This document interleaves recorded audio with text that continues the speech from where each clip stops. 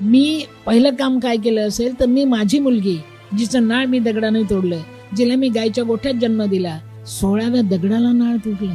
पण एक लक्षात ठेवा बेटा, मानवता कोणाला म्हणतात, कशाला म्हणतात? मी बेहोश होती, बेहोशीत बाळ झालं होतं आणि सगळ्या गायी मोकळ्या केल्या होत्या. माझ्या अंगावरून पळाव्यान मी मरावं, माणसाने मारलं सुसिद्ध होऊ नये म्हणून. पण जेव्हा मला जाग आला ना, तेव्हा एक गाय, मला बेहोशीत बाळ झालं होतं, मुलगी झाली होती, आणि एक गाय माझ्या अंगावर उभी राहून सगळ्या गायींना हाकलत होती, हमरून हमरून मला उठवत होती. त्या गायीला मानवता कोणी शिकवली बाळा?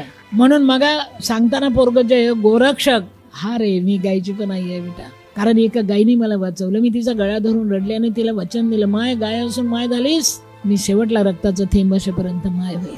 म्हणून मी हजारो लेकरांची माय आहे, पण 350 गायची आई आहे. माझ्याकडल्या गायी दुधाच्या नाही बाळ.